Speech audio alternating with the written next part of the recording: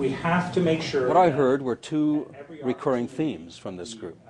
First, the things that government should not be doing, and second, what they should be doing. With regard to what government should not be doing, over and over again I heard from businesses, small or large, that they expect government to work with them, not against them, to relieve them of regulatory burdens that cost them money and that gets in the way of them actually doing what they should be doing, and that is to enterprise.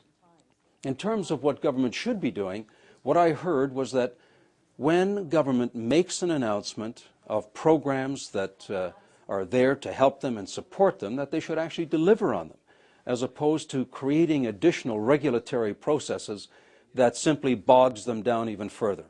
I promised to take these issues to the floor of the legislature, specifically with regard to delivering on promises that the government was making relating to programs to help businesses. I took this issue on behalf of Axiom Corporation in the town of Aurora to the Minister of Economic Development during question period. Today, 850 employees and their families find themselves trying to cope with the shocking news that two Magna plants are shutting down in Newmarket and Aurora. Speaker, the auto sector is in a crisis, and this government has no response. 2 months ago, I asked the Premier to look into why an auto sector business in my riding had been approved for funding earlier from the Next Generation Jobs Fund, and yet not 1 cent had been received.